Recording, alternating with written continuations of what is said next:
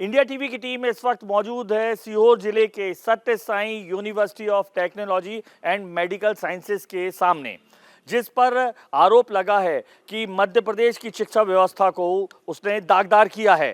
तस्वीरों में इस वक्त गेट पर ताला लगा हुआ दिखाई दे रहा है। छात्रों की छुट्टी है, सुरक्षा व्यवस्था बढ़ा दी गई है, लेकिन इस यूनिवर्सिटी की चर्चा मध्य प्रदेश से लेकर जयपुर तक बल्कि पूरे देश में है। दरअसल राजस्थान एसओजी की एक बड़ी कार्रवाई के बाद ये खुलासा हुआ है कि ये यूनिवर्सिटी शिक्षा का मंदिर नहीं बल्कि फर्जी डिग्री की फैक्ट्री बन चुका है। राजस्थान एसओजी की कार्रवाई से ये भी पता चला है कि यहाँ के कुलपति, एग्जाम कंट्रोलर और कंप्यूटर ऑपरेटर ने फर्जी डिग्री का एक ऐसा छापाखाना खोला जिसने मध्य प्रदेश और राजस्थान पुलिस को हिलाकर रख दिया।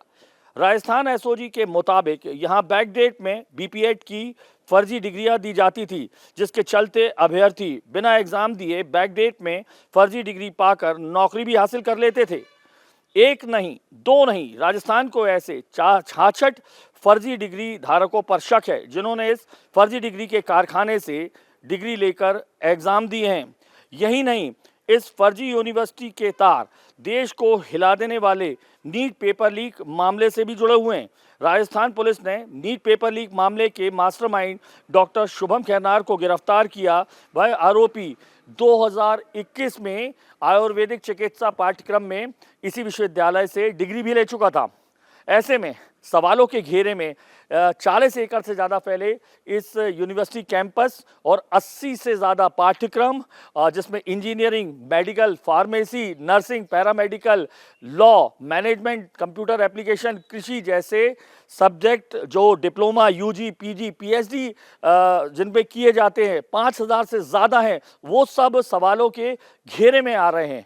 और मामला सामने आने के बाद कुलपति, एग्जाम कंट्रोलर पर कार्रवाई हो चुकी है, उन्हें गिरफ्तार किया जा चुकी है और जो सरकार है वो बैकफुट में आ चुकी है और नियामक आयोग को निर्देश दे चुकी है कि कड़ी से कड़ी कार्रवाई करे और इस विश्वविद्यालय पर ऐसी मान्यता जो उसे मिली है उसको निरस्त करने की ओर भी आगे बढ़े। बिहार में तो इतनी डिग्रियां मिलती हैं, इतने बड़े बड़े एग्जाम क्लियर होते हैं, क्यों आ रहे हो? यहाँ पे पहले से जो मैंने भैया लोग जो है ना पहले से यहाँ पे एडमिशन ले रखे हैं, तो अच्छा, आसानी डिग्री मिल जाती है। हाँ, तो बोला कि वहाँ पे डिग्री है, अच्छा कोर्स है, सरकारी मान्यता, सरकारी मान्यता प्राप्त है, तो हम भी आ गए। अच्छा, तो अच्छा, आराम से आओ जाओ, कोई ऐसा वो प्रेशर नहीं है? मतलब आने का कोई प्रेशर नहीं है? नहीं, उतना तो प्रेशर नहीं है, एग्जाम देने के लिए आना ही पड़ता है। एग्जाम देने के लिए आ जाओ। हाँ, ये तो जरूर, एग्जाम तो देना ही पड़ता है। बाकी समय भले ही घर पे रहो, एग्जाम लेके देने आ जाओ। तो एग्जाम देने आ गया? हाँ। एग्जाम कब है? एग्जाम हो गया, आप जो है ना डिग्री लेने के लिए आए थे। अच्छा, डिग्री लेने आए हो? हाँ। अच्छा, कितने साल की डिग्री थी? 4 साल की। 4 साल की। क्या नाम भैया आपका? बबलू कुमार। बबलू कुमार पूरा? अरे वाह, तो अपने एग्जाम देने आ गए? हाँ। सही बात, हमेशा आने की कोई जरूरत भी नहीं है। पैसे फीस ले लेते होंगे? हाँ, फीस बकायदा ले ली जाती थी। मध्य प्रदेश की एक निजी यूनिवर्सिटी द्वारा फर्जी बीपीएड की डिग्री के जरिए राजस्थान में सरकारी नौकरी प्राप्त करने का मामला सामने आया है और इस मुद्दे पर बात करने के लिए हमारे साथ प्रदेश के उच्च शिक्षा मंत्री इंदर सिंह परमार सर भी मौजूद हैं। सर, बड़ा गंभीर मामला है, एक नौकरी तो मिली है, 66 ऐसे और भी फर्जी डिग्रियों की बात राजस्थान एसओजी कर रहा है। जो निजी विश्वविद्यालय है सत्य साई सीहोर का, वो सामने आया है। कैसे देख रही है सरकार? गंभीर मामला है, मध्य प्रदेश की छवि पर भी असर पड़ने की बात है। राजस्थान पुलिस उनके खिलाफ कार्रवाई भी सुनिश्चित की है। हमने भी हमारे जो निजी विश्वविद्यालय नियामक आयोग है, आयोग को सख्त कार्रवाई करने के निर्देश दिए हैं, क्योंकि ऐसे सारे हमारे प्राइवेट विश्वविद्यालयों के खिलाफ नियामक आयोग कार्रवाई करता है, जो एक स्वतंत्र रूप से इकाई है। लेकिन सरकार की ओर से, उच्च शिक्षा विभाग की ओर से उनको कहा गया है कि इस पर तत्काल कार्रवाई सुनिश्चित करें। सर, ऐसा संभव कैसे? क्योंकि 66 तो अभी सामने आए हैं। बैकडेट में न केवल वो एडमिशन्स दे रहे थे, बैकडेट में डिग्रियां भी भर रहे थे। तो जो नियामक आयोग है, जो निजी विश्वविद्यालयों की जांच करती है, किस तरीके का क्राइटेरिया रहता है और क्या उन पर जो सरकार है चेक एंड बैलेंस की नीति नहीं अपनाती, चेक नहीं करती? क्या है, आयोग के पास में जब उनके एडमिशन की प्रक्रिया होती है तब आयोग को उनको सूचित करना रहता है। कई विश्वविद्यालय अभी उसका पालन नहीं कर रहे हैं, इसलिए वो एडमिशन देते रहते हैं। आयोग की साइट जो रहती है, जो बंद हो जाती है, उसको खुलने के लिए भी दबाव बना रहते हैं। लेकिन अभी हमने कहा कि एक ऐसा सॉफ्टवेयर डेवलप करो कि जैसे ही विश्वविद्यालय ने एडमिशन दिया वो ऑटोमेटिक हमारे आयोग के भी उस पर वो आ जाए, ताकि बीच का जो गैप है और उसका लोग लाभ उठाते हैं, जो भी फर्जी इस प्रकार के दस्तावेज बनाना चाहते हैं, ऐसे विश्वविद्यालयों पर ऑटोमेटिक नियंत्रण लगेगा कि जैसे वहां पर उन्होंने एडमिशन करा और उस एडमिशन हमारे पोर्टल पर दर्ज होना चाहिए, क्योंकि अभी उनको अपलोड करना रहता है विश्वविद्यालय को, और उस समय पे नहीं करते हैं। फिर बड़ी संख्या में बच्चों का भविष्य का विषय रहता है, तो जब आखिरी में जाकर के कि इतने बच्चों को क्या होगा, तो कोई कोर्ट का सहारा लेता, कोई क्या करता है। इसलिए हमने इस बार के जिनको भी एडमिशन दोगे वो ऑटोमेटिक सिस्टम बनाने जा रहे हैं आगे जाकर के, ताकि आपको किसी भी प्रकार की इस प्रकार की छात्रों को कोई दिक्कत नहीं हो। नीट 2026 का जो मामला हुआ था पूरे देश में, जिसके चलते इतना हमने देखा किस तरीके से जंजीर उतर कर आया, शिक्षा मंत्री का इस्तीफा भी हुआ। सर, जो शुभम खैरना जो इस पूरे लीग का जो आरोपी था, उसने भी 2021 में यहीं से आयुर्वेद की डिग्री ली थी, तो आपको नहीं लगता ये एक गंभीर विषय हो चुका है इस विश्वविद्यालय को लेके, मान्यता को लेकर अब किस तरीके की बात की जा रही है? आप क्योंकि प्रदेश पर लगातार अब आरोप लग रहे हैं।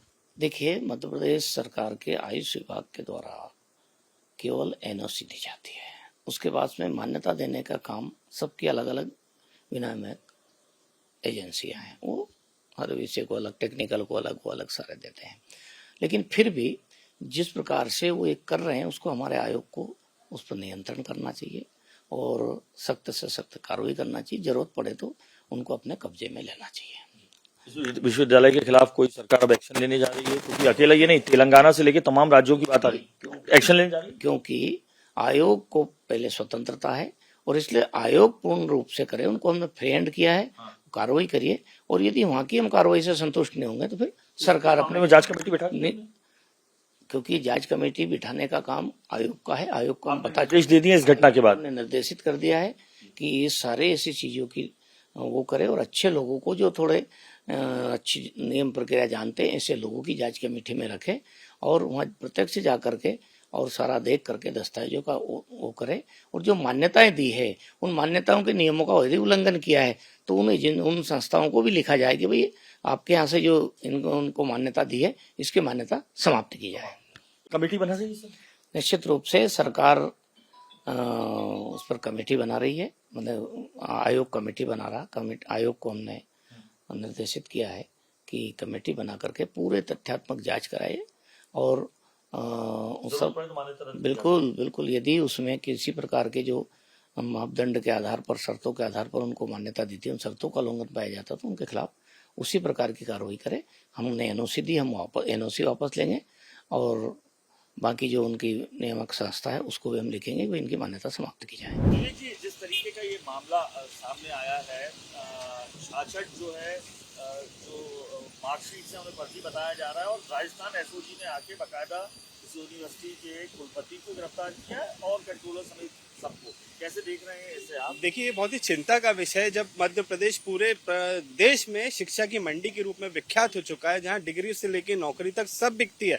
शिक्षा माफिया इतना हावी है कि प्रदेश की शिक्षा व्यवस्था को मध्य प्रदेश का शिक्षा माफिया चला रहा है। फर्जी विश्वविद्यालय खोले जा रहे हैं, और सरकार ने और रियायत देते हुए अब तो जो बड़े नियम थे उसको भी कटौती करके छोटा कर दिया कि अब तो 2500 स्क्वायर फीट में छोटी सी शिक्षा की दुकान खोल लीजिए, और उसमें डिग्री, आप अगर आपके पास पैसा है तो डिग्री खरीद लीजिए। तो निश्चित इस प्रकार के मामले सामने आ रहे हैं। देश भर के अन्य राज्य के मध्य प्रदेश की यूनिवर्सिटी और कॉलेजों के ऊपर एफआईआर कर रहे हैं, मुकदमे दर्ज कर रहे हैं, परंतु मध्य प्रदेश की सरकार इन शिक्षा माफियाओं को बचाने का और संरक्षित करने का कार्य कर रही है, जिसको लेके मध्य प्रदेश से बड़ी संख्या में छात्र पलायन कर रहा है। जो मेधावी छात्र है वो अन्य राज्यों की तरफ जा रहा है, मध्य प्रदेश में शिक्षा ही अर्जित नहीं करना चाहता, क्योंकि मध्य प्रदेश का नाम देश में इतना खराब हो चुका है कि मेधावी छात्र को संदिग्ध नजरों से देश के अन्य कोनों में देखा जाता है। सत्यसाई का जो मामला है, नीट के जो आरोप में वो भी यहाँ से डिग्री ली थी उन्होंने आयुर्वेद की, और ये मामला है, इसके अलावा दोनों को तो बताइएगा, इसके अलावा और कहाँ पे वांछित है ये यूनिवर्सिटी, किन किन कारणों से, किन किन राज्यों में, ये भी थोड़ा बताइए। देखिए, इससे पहले छत्तीसगढ़ के एक विधायक आके डिग्री खरीद के यहाँ से जाते हैं, और छत्तीसगढ़ में यही इन्हीं विश्वविद्यालयों से,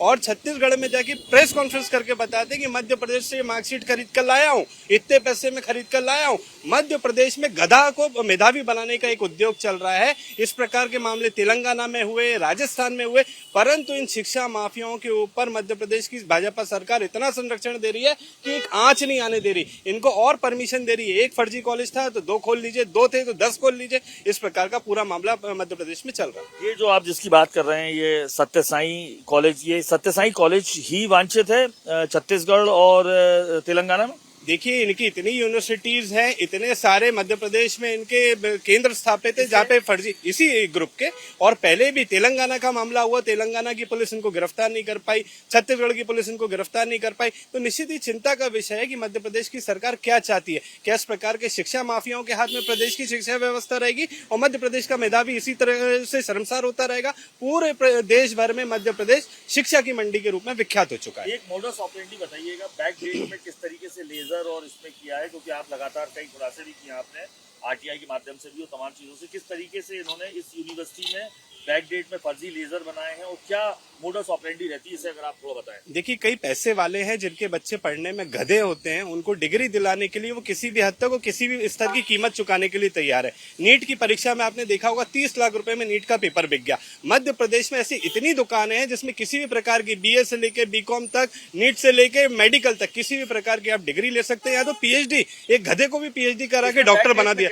ये बैकडेट में ऐसे लेते हैं कि यहाँ पे किसी भी प्रकार का कोई सिस्टम नहीं है। निजी विश्वविद्यालय आयोग सिर्फ दिखावे का है। शासकीय विश्वविद्यालय के लिए एक मानक तय है, तारीखें तय है कि अगस्त के बाद में उनमें प्रवेश नहीं होते हैं। निजी विश्वविद्यालय में साल भर प्रवेश होते हैं, साल भर परीक्षा हो सकती है और बगैर परीक्षा दिए आप तो सिर्फ पैसे दीजिए और डिग्री लीजिए। ये खेल पूरे मध्य प्रदेश में चल रहा है। तो इसमें किस तरीके से फर्जी लेजर और कैसे इन्होंने, देखिए, ये पूरा एक सिंडिकेट है। ये ऐसे ग्राहकों को ढूंढता है, उनसे सौदा करता है, उनसे मानता है कि आपको कब की डिग्री चाहिए। पुरानी डिग्री लेना है, आपको जाना है, पैसे देना है। ये बैकडेट में आपको प्रवेश दिखा देंगे, क्योंकि कोई सिस्टम नहीं है। मध्य प्रदेश सरकार का कोई सिस्टम नहीं है, कोई निगरानी नहीं है। निजी विश्वविद्यालयों को मनमानी की पूरी तरीके से छूट है। ये जब बैकडेट में रसीद बना देते हैं, बैकडेट में डिग्री बना देते हैं, बैकडेट में फेल को पास को फेल बना देते हैं। नीट में जो अभी इसका करता था उसने भी इसी यहाँ से डिग्री ली थी।